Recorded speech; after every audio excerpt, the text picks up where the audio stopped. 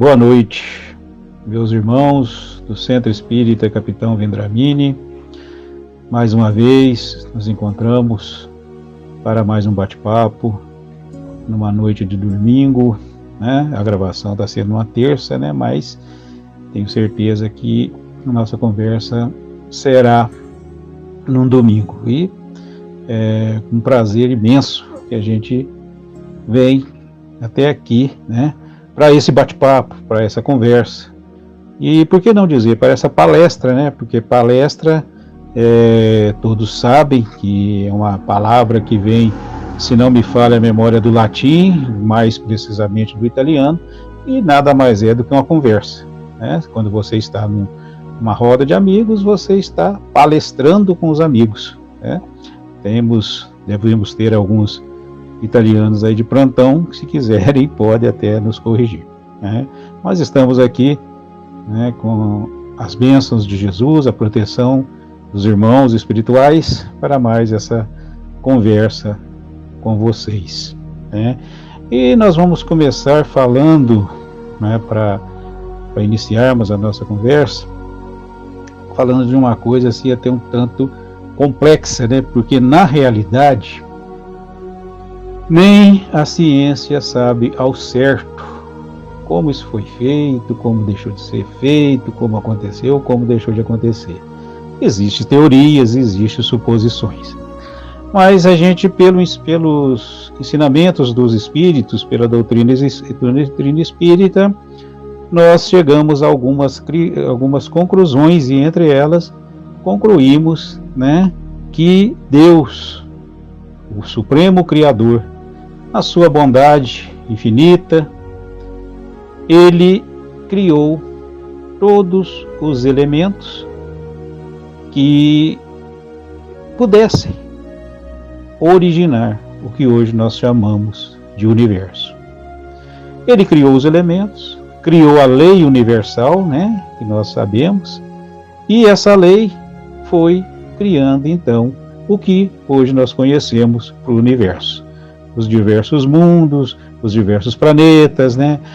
As diversas estrelas, os diversos sóis, as nebulosas, as galáxias, tudo isso foi criada a partir desses elementos criados pelo Divino Criador. Elas se juntaram, explodiram, se modificaram, fizeram todo, como se diz no vulgar, uma parafernália de coisas, e foram então surgindo tudo o que nós chamamos hoje de universo. Nessa parafernália toda foram criados os mundos, os planetas, como a gente já disse, as estrelas e os sóis, né? E mais algumas coisas que nós não estamos aqui para dar aula, né, de geografia espacial, estamos aqui apenas para conversar, e isso aí vale como uma ilustração inicial da nossa conversa, né?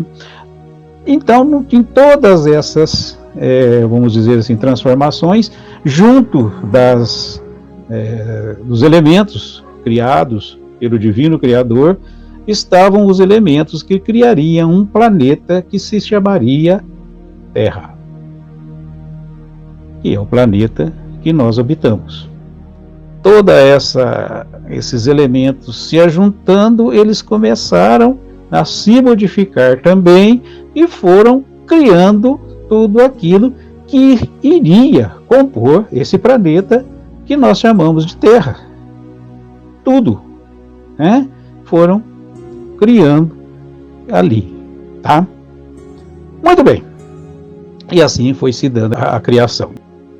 O Divino Criador, nosso Pai maior, para cada uma desses planetas, desses sóis, dessas estrelas que os seus elementos formaram, ele, lógico, designou um governador. Esse governador, que ele seria? Ele seria aquele, né, que iria reger todo o destino daquele planeta, daquele sol, daquela estrela que estava se criando.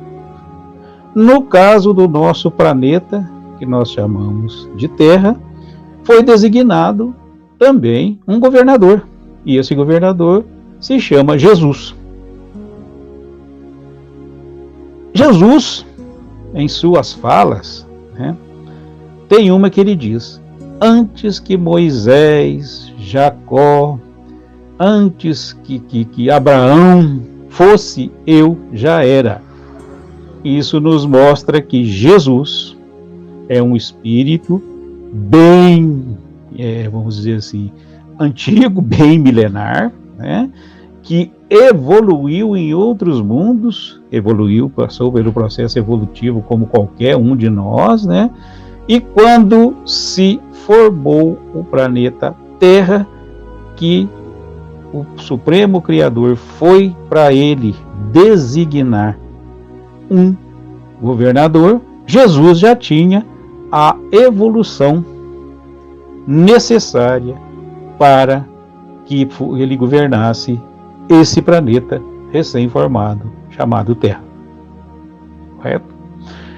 Mas além de ter a evolução necessária, era necessário que Jesus tivesse mais alguma coisa. Mais uma coisinha só. Um atributo dos espíritos elevados, dos espíritos superiores, dos espíritos que já estão em condição de governar mundos. Nosso assunto hoje é a lei do amor. É um capítulo do Evangelho segundo o Espiritismo, que é o capítulo 11. Aí vocês vão me perguntar, o que tem tudo isso que o senhor falou até agora, obrigado pelo senhor, a ver com a lei do amor? Muito. Muito. A importância dessa lei é tão grande que preste atenção numa coisa. Jesus, o supremo governador do planeta Terra, quando o planeta teve condição de começar a ter espíritos encarnados, tá? Quando ele teve condição, né, que se reencarnasse espíritos nesse planeta, muitos espíritos recém-criados e alguns que vieram, como foi o caso dos exilados de Capela, correto? Então, quando se começou, tá? Quando chegou a um estágio desse processo no planeta Terra, mais ou menos quando se iniciou, quando ela chegou na condição de um planeta de provas e expiações, tá? Que nós sabemos hoje pela doutrina espírita que é a atual condição, ainda é a atual condição da Terra, e nós sabemos, né, que eu discordo muito, sabe, Alexandre, de quando dizem, né, que é uma condição assim meio ruim. Eu não acho, sabe, porque tem planetas por aí que nós temos conhecimento através da doutrina espírita, e tem mundos, né, tem locais que estão bem piores, vamos dizer assim, do que a Terra, não é verdade? Então não acho assim que seja tão ruim. Então eu acho que já seja uma posição assim mediana, né? Não muito evoluído e não muito retrógrado, não muito involuído, né? Então, quando começou essa era para a Terra, que ela conseguiu chegar a mundo de provas e expiações, deixando lá a condição de mundos primitivos, né, que os homens já tinham condições, já se vestiam, já não eram mais aqueles, vamos dizer assim, tinha aqueles peludos, né, já se vestiam, já cozinhavam as suas comidas, né, aquilo que ia comer, né, não vivia apenas mais para caça, já vivia mais para alguma coisa, construíam suas casas. Quando chegou a esse estágio, o que Jesus fez? Ele tinha emissários, né, tinha pessoas que o ajudavam a governar, ele na supervisão de tudo, e tinha aqueles espíritos que o ajudavam a governar. Então, o que ele fez? Começou a mandar esses espíritos aqui para ajudar, né,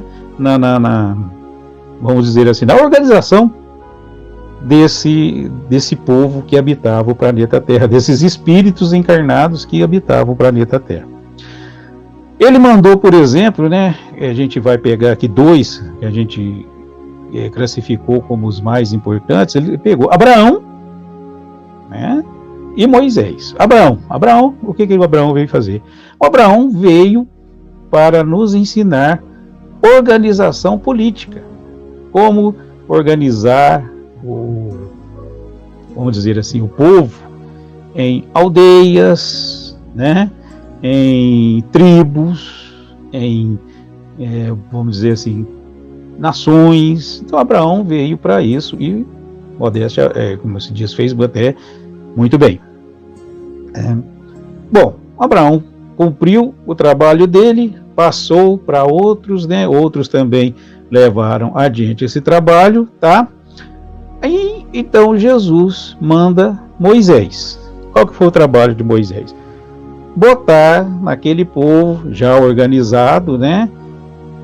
Com as suas tribos, os seus países, as suas nações, né? Dar a eles um sentido de justiça. Por quê?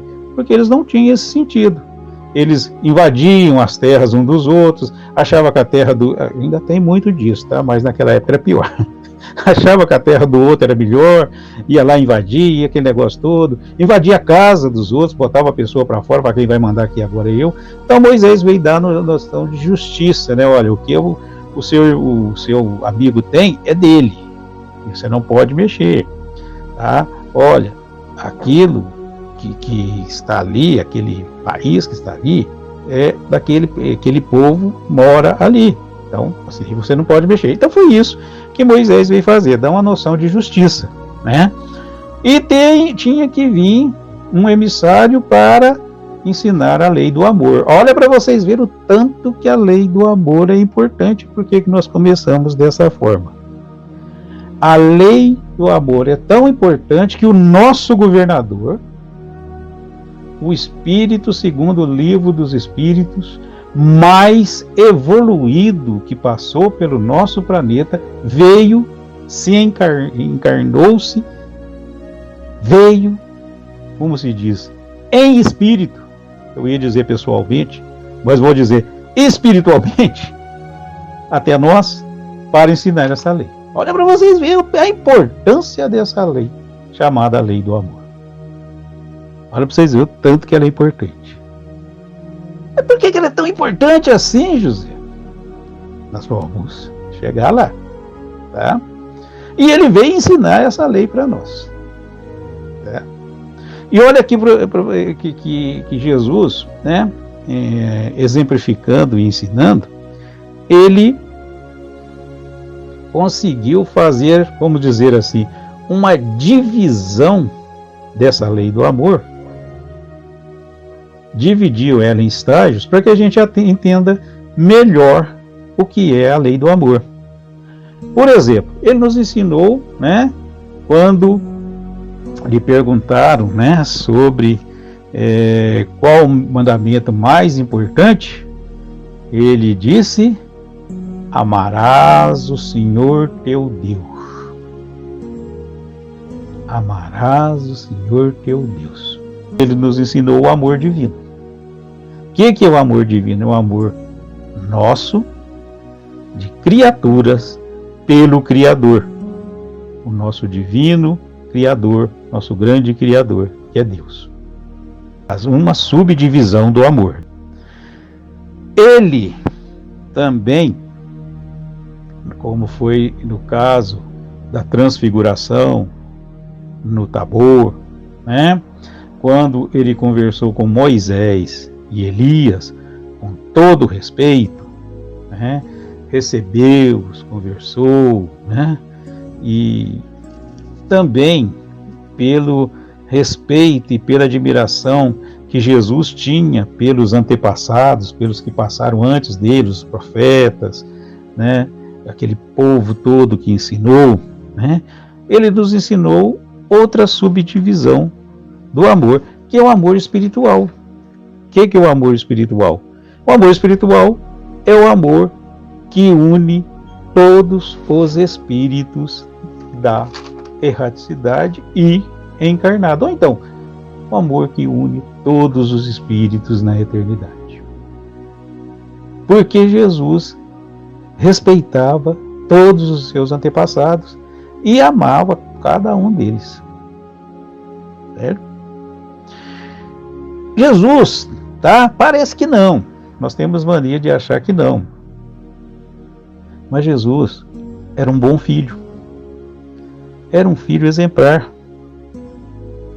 Ele, a gente pode dizer, né, que não deu nenhum desgosto para sua mãe. Ah, mas ele saiu de casa. Ele precisava fazer aquilo. Nós também não saímos para trabalhar, não saímos para servir o exército. Às vezes, né, Deus nos livre, mas quando tem uma guerra, a gente não sai de casa para ir na guerra. É verdade?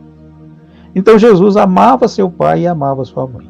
Com seu pai ele aprendeu a profissão de carpinteiro, que hoje a doutrina espírita já nos ensinou, que era a que lhe dava o sustento, que nós sabemos pela doutrina espírita, que na época de Jesus, ele pregava durante 6 meses, porque era o tempo, transformando no nosso tempo de hoje, tá, gente? Ele pregava durante 6 meses, que era o tempo que ali na região da Judéia, onde ele morava, o tempo era bom, podia se viajar, podia se movimentar sem problema nenhum. E 6 meses o tempo não era bom, tempestades de areia, ventania, aquela coisa, então ele se recolhia na casa de seus pais em Nazaré. Depois ele começou a se recolher na casa de Pedro em Cafarnaum, mas primeiro ele ia para Nazaré e lá ele fazia os seus trabalhos, né, de carpinteiro, móveis e esse tipo de coisa. Ele nos ensinou uma subdivisão do amor, que é o amor filial. O amor filial, qual que é o amor filial? É o amor do filho para com seus pais, né? E ao mesmo tempo, ele nos mostrou que existe também o amor paterno, que é o amor do pai para com o filho, que Jesus era amado pelos seus pais, e o amor materno ou maternal, que é o amor de da mãe pelos filhos. E ele nos ensinou porque Maria amava aquele filho que ela tinha, tanto que ela o acompanhou até o último minuto naquilo que hoje nós chamamos da paixão de Jesus, correto? E mais precisamente quando as escrituras narram o relacionamento de Jesus, né, com João, que até as escrituras dizem que era o espírito que ele mais amava, o relacionamento dele com Pedro, porque ele tinha um respeito muito grande por Pedro, e também o relacionamento dele com Lázaro, aquele que ele tirou do sepulcro, certo? Isso nos mostra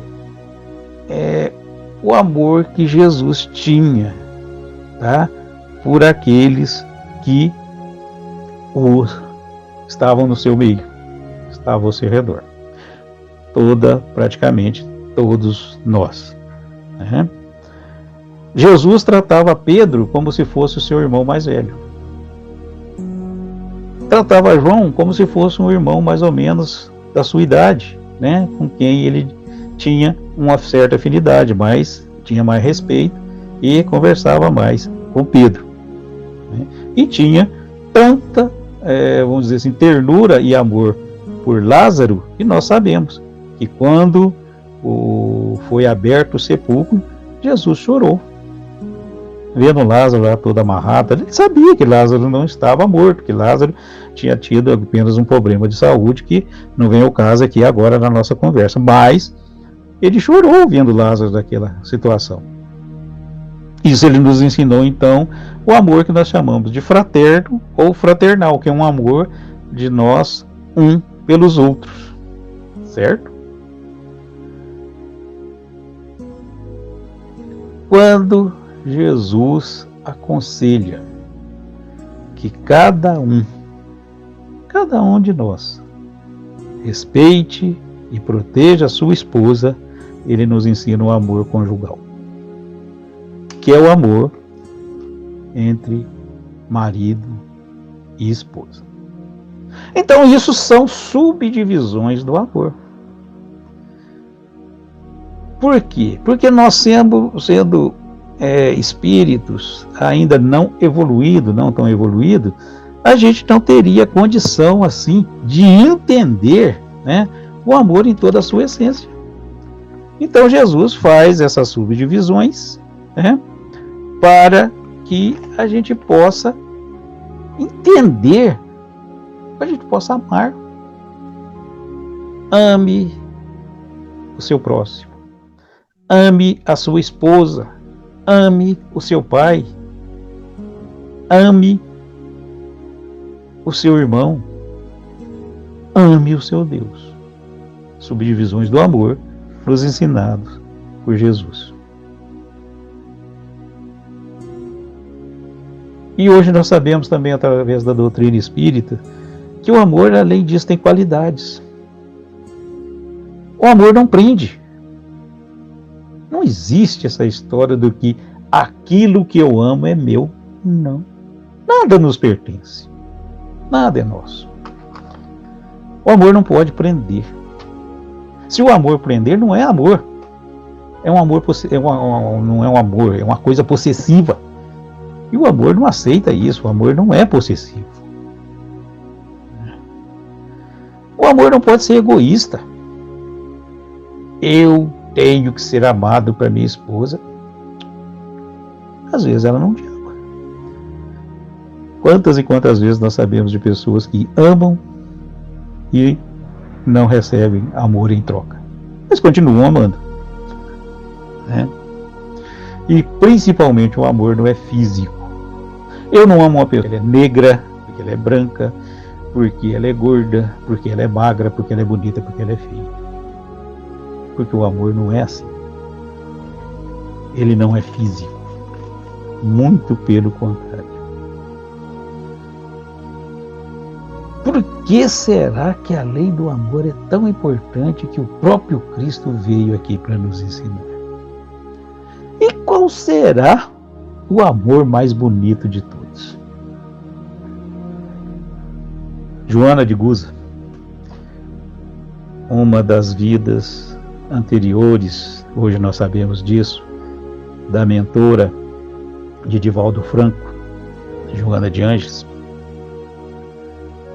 foi contemporânea do Cristo, né? Eu acho que ela viveu um pouco depois do Cristo, e ela foi condenada à fogueira, juntamente com seu filho, por ser cristã, e foi levada ao circo de Roma para ser queimada.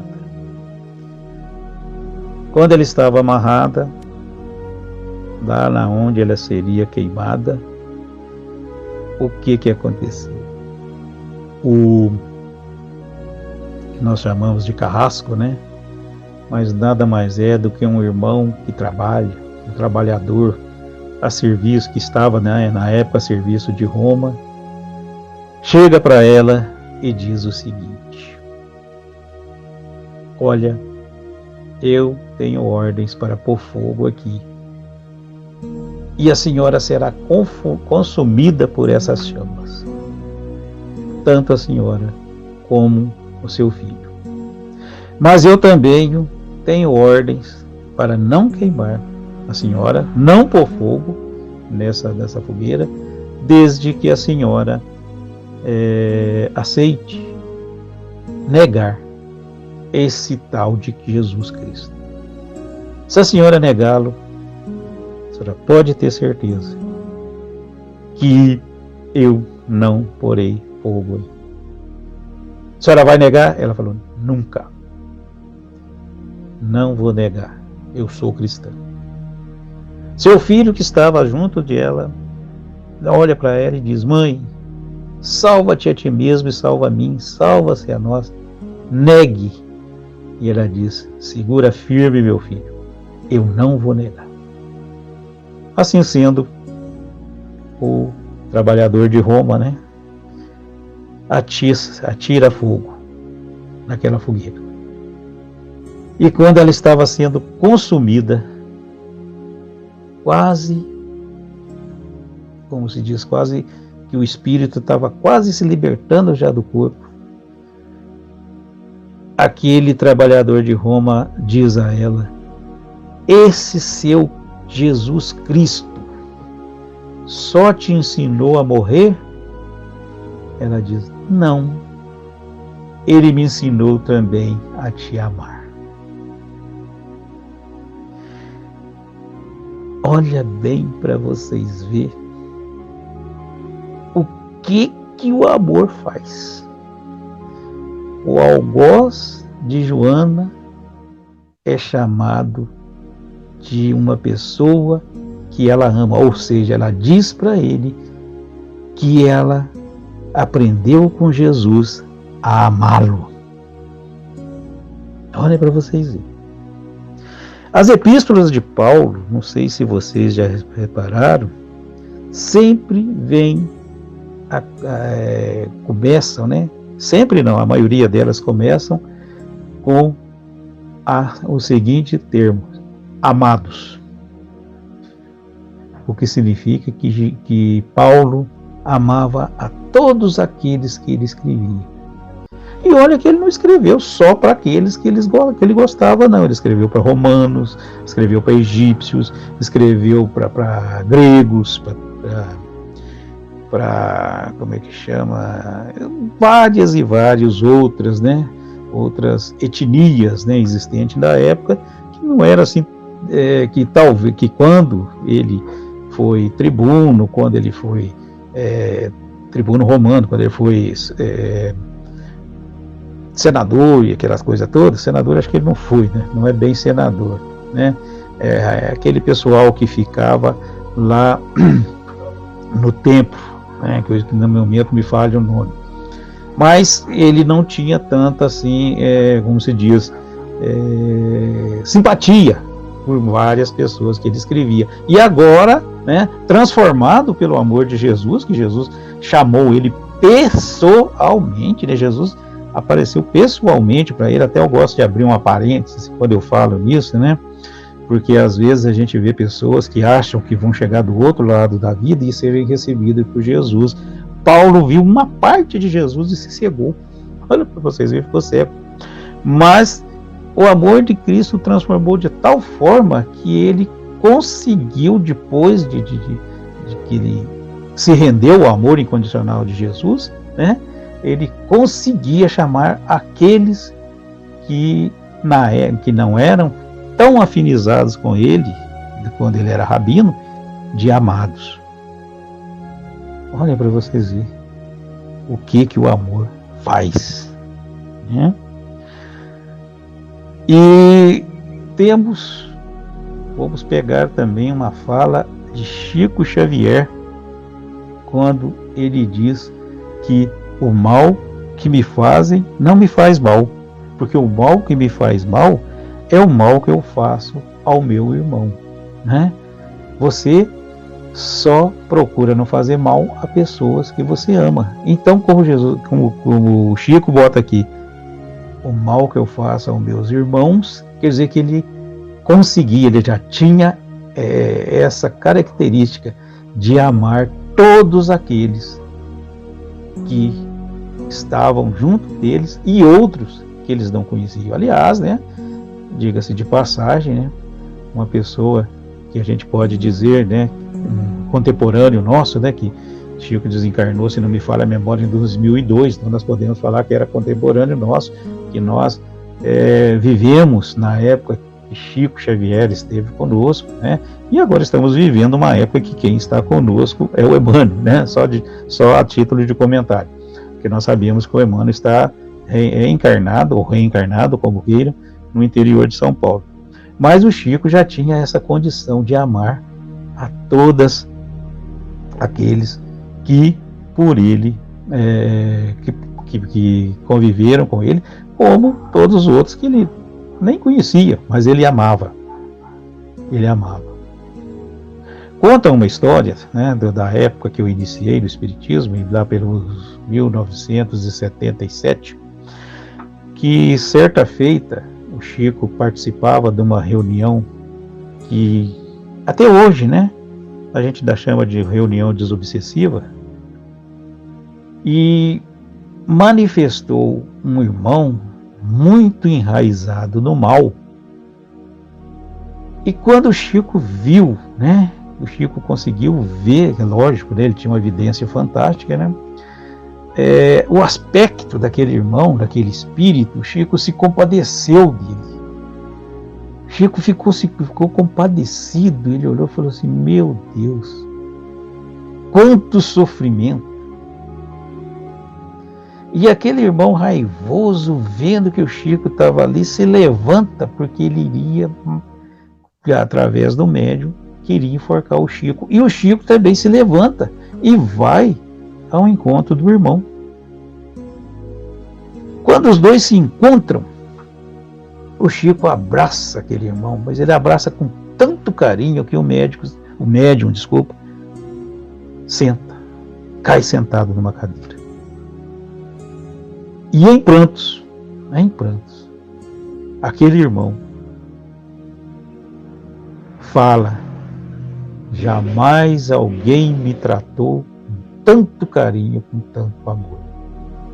Então o amor do Chico transcendia o plano encarnado. Ele chegava até o plano espiritual, ele conseguia amar até esses irmãos que nós repelimos, né? Que quando fala para nós que tem um irmão desse manifestando, se a gente puder, a gente sai correndo, não é verdade? Então é isso.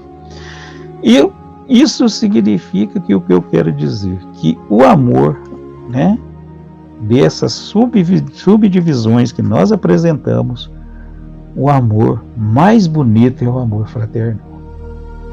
Porque o amor fraternal é aquele que engloba, que soma, que faz com que a gente vê todos como nossos irmãos, independente da posição social e independente de como a pessoa esteja levando a sua atual existência. É o amor que engloba, o amor que une, aquilo que eu disse agora mesmo, né? O amor não divide.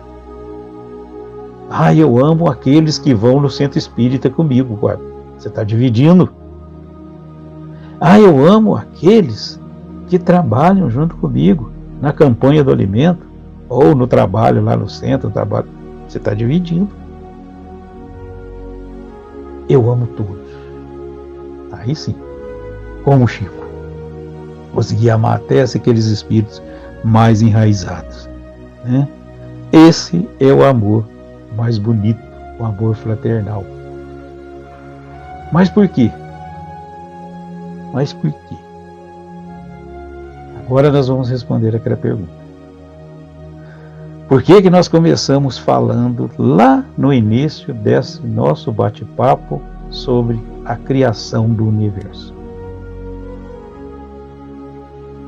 O amor fraternal é o que mais nos aproxima do amor universal. O que é amor universal? É o amor que engloba todos os amores. É o amor que Jesus tinha. É o amor que Jesus conseguia sentir. É o amor que o Chico já estava começando também, porque nós não podemos dizer ainda que ele tinha todo esse amor, não podemos afirmar, mas eles já sabemos que pela fala dele, né, por essa história que nós contamos, ele já começava a sentir aquele amor. É o amor que Madre Teresa de Calcutá também já se iniciava. O amor universal. E esse amor universal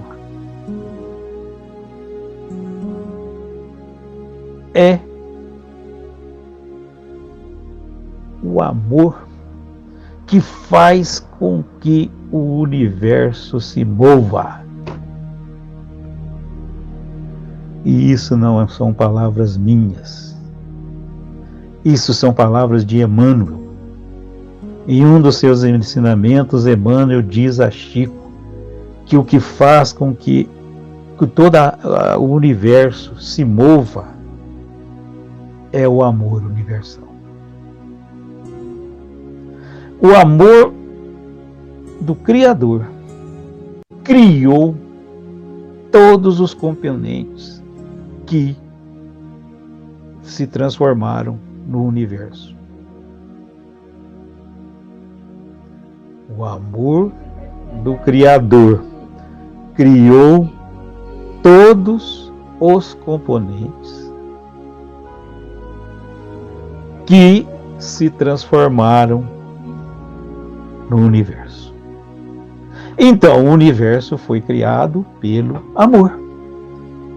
E essa lei lei do amor é que governa o universo. É que faz com que o universo progrida, que faz com que o universo exista, que faz com que os planetas se movam, que os sóis brilhem, que a vida frua. Essa é a lei do amor universal. Quando nós conseguirmos, ter o amor fraterno igual que o Chico tem, a Madre Teresa tem, a Irmã Dulce tem, o Divaldo tem, quando nós conseguirmos ter esse amor fraternal, nós estaremos já próximos, muito próximos ao amor universal, aquele que não divide, aquele que não separa, aquele que não é possessivo, que não quer ter as coisas todas para ele, aquele que não escraviza. Não é verdade? A gente vê muitas vezes, esposo que chega perto da mulher, eu te amo, mas eu só consigo te amar se você torcer pro meu time. Não faltou agora outra condição, talvez. Eu só consigo te amar se você for torcer pro meu time. O amor está condicionando alguma coisa. Eu só amo a minha esposa porque ela se maqueia, porque ela arruma cabelo. Está condicionando alguma coisa. Eu amo a minha esposa porque ela é a mãe dos meus filhos. Condicionando o amor à maternidade, condicionando alguma coisa. O amor não dá condição. Eu amo porque são meus irmãos, somos todos criaturas de Deus. Aí você vai amar universalmente, vai amar tudo. Porque tudo é criatura, tudo é criação de Deus.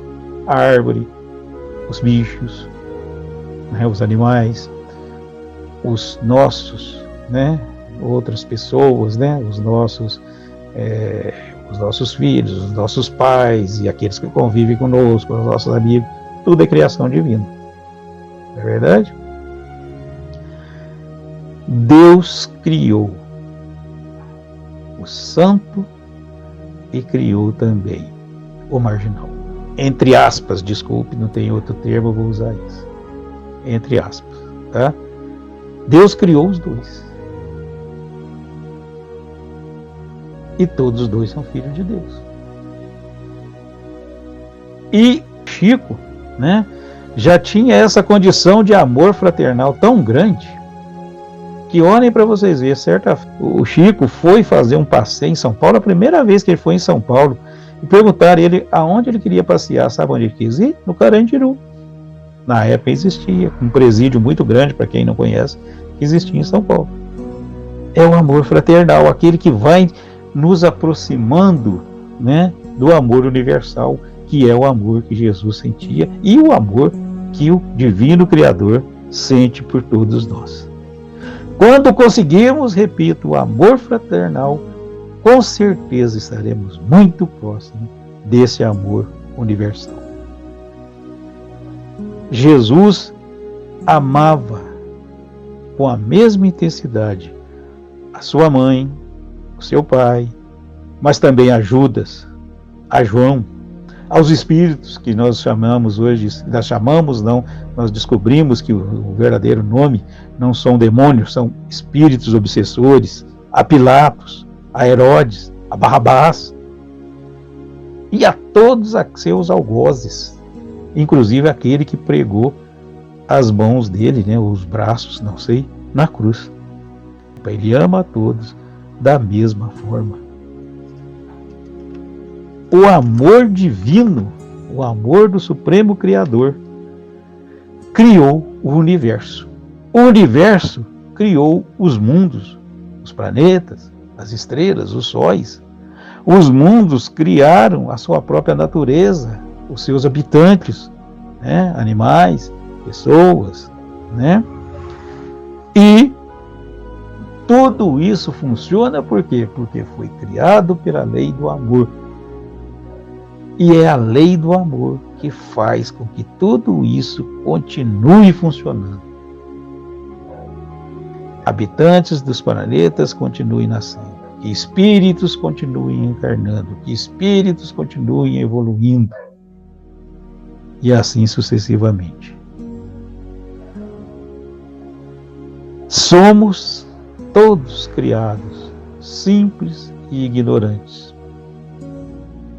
E a lei do amor é que vai nos impulsionar para a perfeição. Para terminarmos essa nossa conversa de hoje, nós trouxemos um texto muito interessante de Joana de Ângeles, que chama Amor-Terapia. E Joana diz o seguinte: não há como negar ser o amor a realidade mais pungente da vida. Não há como negar ser o amor a realidade mais pungente da vida. Irradia-se de Deus e vitaliza o universo, mantendo as leis que produzem o equilíbrio. Olha o que nós acabamos de falar. Irradia-se de Deus e vitaliza o universo, ou seja, deu vida ao universo. O amor de Deus deu vida ao universo, mantendo as leis que produzem o equilíbrio. Porque o universo foi criado com a lei do amor, e essa mesma lei faz com que tudo no universo seja equilibrado. Todos os homens e mulheres que edificaram os ideais de felicidade humana fundamentaram o seu pensamento no amor pleno e incondicional. A pessoa que ama, ela não conhece a infelicidade, muito pelo contrário. Lógico, né? Eles não são, né, as pessoas que a gente conhece, que amam muito, não são aquelas malavéias que andam rindo. Isso até não é muito bem felicidade, né? Isso é até um pouco de desequilíbrio, né?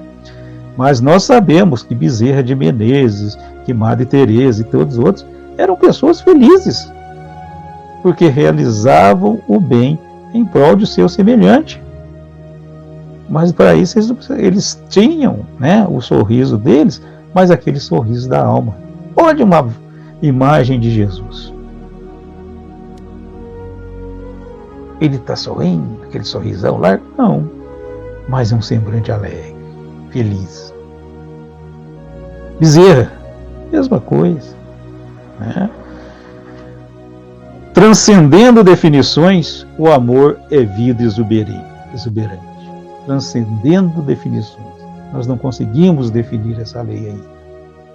Nós vamos conseguir um dia quando tivermos um pouco mais evoluídos, ou bem mais evoluídos. Mas por enquanto nós não conseguimos. A definição do amor ainda transcende o nosso entendimento. Mas que o amor é vida exuberante, isso é. Porque foi o amor que deu vida. O amor criou o universo, voltamos a repetir, e o universo, o que não é o universo senão vida? É a razão básica da manifestação do ser que pensa e que sente. Jesus sintetizou todo o código da sua doutrina no amor de Deus ao próximo e a si mesmo. Nós falamos, né?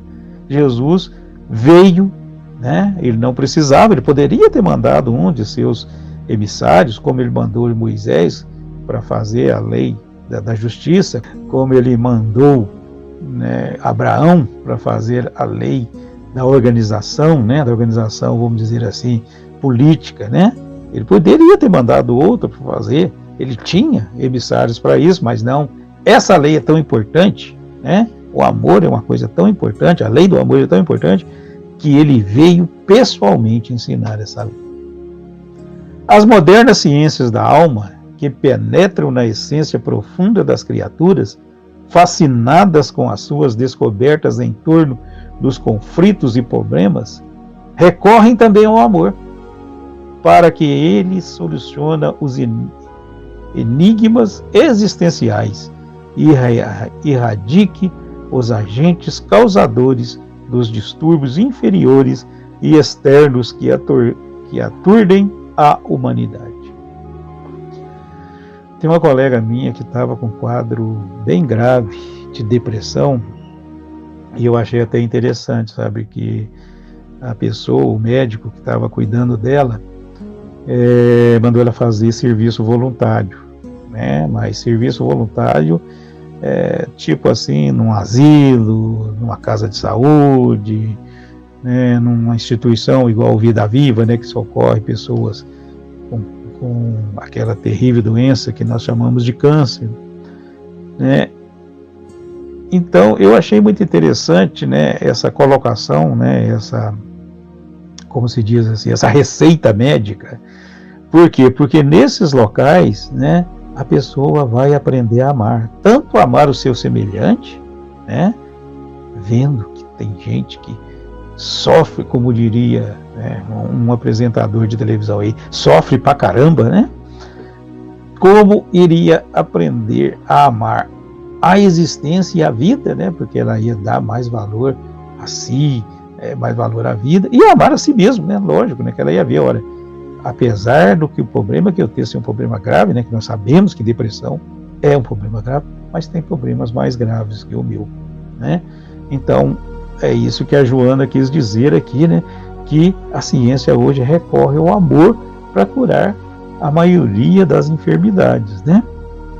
Assim, o amor deve ser causa, meio e fim para o comportamento humano feliz, que desperta com anseios de plenitude. Amar. Esse é o grande desafio. Também acho. Esse é o nosso grande desafio. Aprender a amar. Aprendendo cada fase daquela que nós passamos aqui, cada fase do amor, né?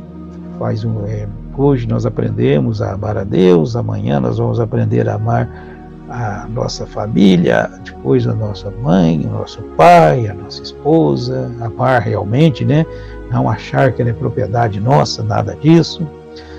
E a gente vai nesse caminhar, amando, amando, amando. Dali a pouco nós estamos tendo o amor fraternal. Aí nós estaremos a um passo do amor universal. Né? O que nós queremos deixar para a reflexão nessa noite? Nós queremos deixar uma frase que eu aprendi com uma pessoa há muitos anos, pessoa inesquecível, um grande amigo, e ele diz: toda a obra da criação é regida pela lei do amor, porque foi feita por Deus. Grande abraço a todos, que Jesus abençoe a cada um. Obrigado pela paciência de estar aí nos ouvindo.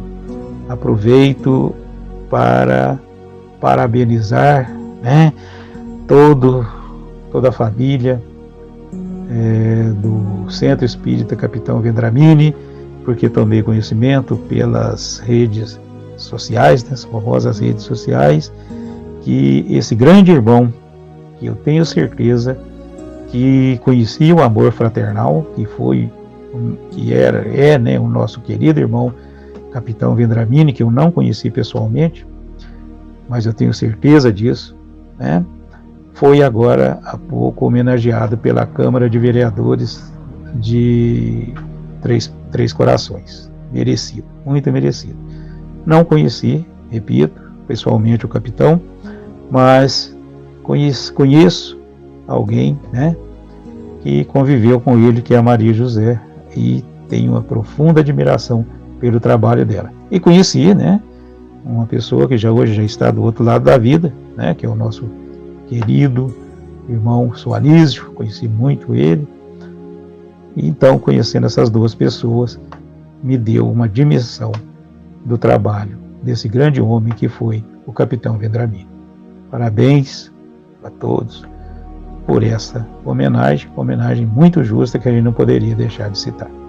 E um grande abraço a todos, que Jesus abençoe, muito obrigado e até uma próxima oportunidade. Que assim seja.